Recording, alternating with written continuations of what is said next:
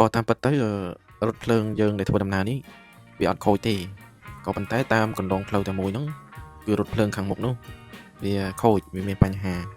ដល់ពេលអញ្ចឹងទៅវាធ្វើឲ្យយើងមិនអាចបន្តដំណើរទៅមុខទៀតបាន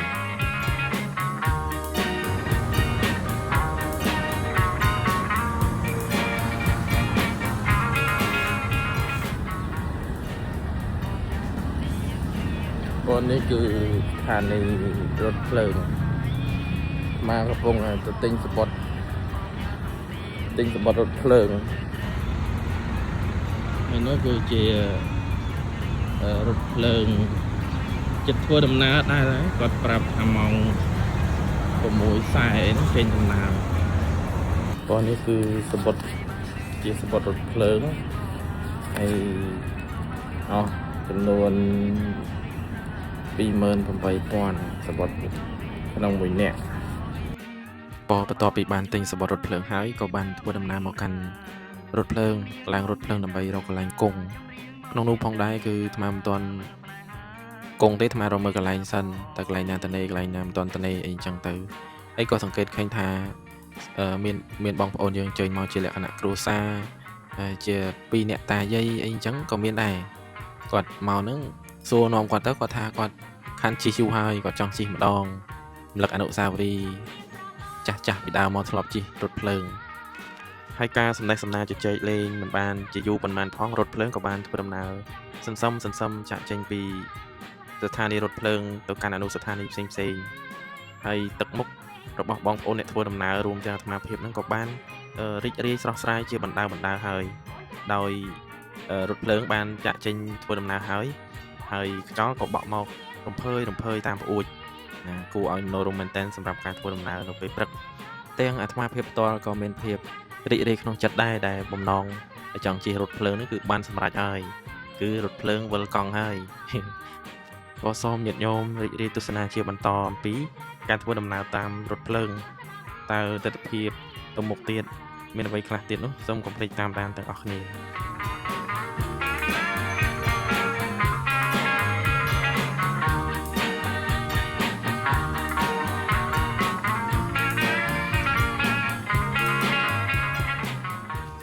ពញាតិញោមមកដល់កន្លែងនេះគឺរថភ្លើងឈប់ហើយក៏មានញោមគាត់លក់នំនេះគឺនំកន្តំគេហៅនំកន្តំហើយញោមស្រីហ្នឹងគាត់លក់នំកន្តំហើយអាត្មាក៏បានឃើញអញ្ចឹងហើយចាំគាត់លក់ឲ្យបងស្រីនៅខាងមុខអីហើយក៏អាត្មាហៅគាត់មកនេះជួយទិញគាត់ហើយប្រាប់គាត់ថាញោមមានប៉ុន្មានយកមកហើយតែមុននឹងឲ្យយកមកហ្នឹងសួរសិនដែរថាញោមមួយថងប៉ុន្មានញោមគាត់ថាមួយថង2000ថង2000អាត្មាក៏សួរថាញោមនៅមានប៉ុន្មានទៀតយកមកទាំងអស់ម្នេះមកញោមអាត្មាជួយទិញគាត់ទាំងអស់តែម្ដងឲ្យគាត់ឆាប់បានលក់ដាច់អស់បានទៅផ្ទះ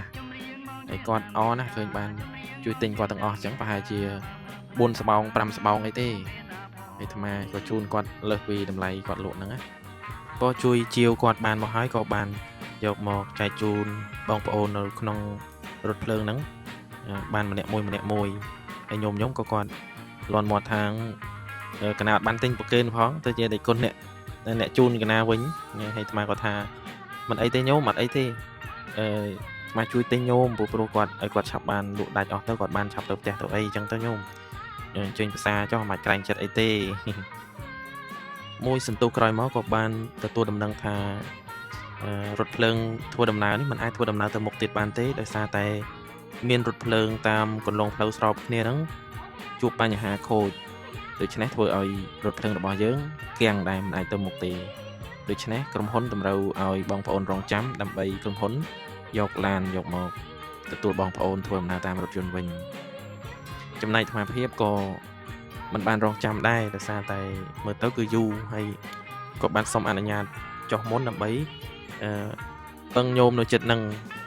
ឲ្យគាត់ជូនអាត្មាហ្នឹងទៅរកឡានខ្លួនឯងនៅឯខ្នល់ធំឯណោះ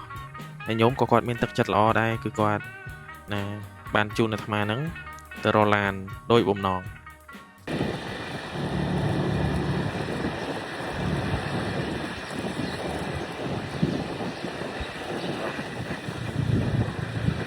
ដល់នេះគេហៅភូមិអីញោមដល់នេះហៅភូមិអី ตะเปียงสนาว ភូមិត្រពាំងស្នោស្រុកអីភូមិអីស្រុកអី คุมกะสรกองชูแคบกันได้หรอ ភូមិអកៈ ปากกันได้ ស្រុកអង្គស្នួលខេត្តកណ្ដាលហើយគេហៅបាក់តឹង ปากกัน បាក់តឹងនេះឈ្មោះយកបាក់តឹងនេះឈ្មោះផ្សារអញ្ចឹងហី พวกซาบัดดับ ផ្សារបាក់តឹងកំពង់ស្ពឺ คงฟื้นทางเราทางเล็กหามวย អូអញ្ចឹងបាក់តឹងមានពីរ ตามมวยการที่หาจังมองจะหา តែមួយទេ ขนาด វាជាប់គ្នាជាមួយកំពង់ស្ពឺហ្នឹងហី ขนาดจอมมีมวยคงฟื้น ចឹងហ្នឹងឥឡូវបានញោមគាត់ជូនទៅរកឡានជូនទៅរកឡាន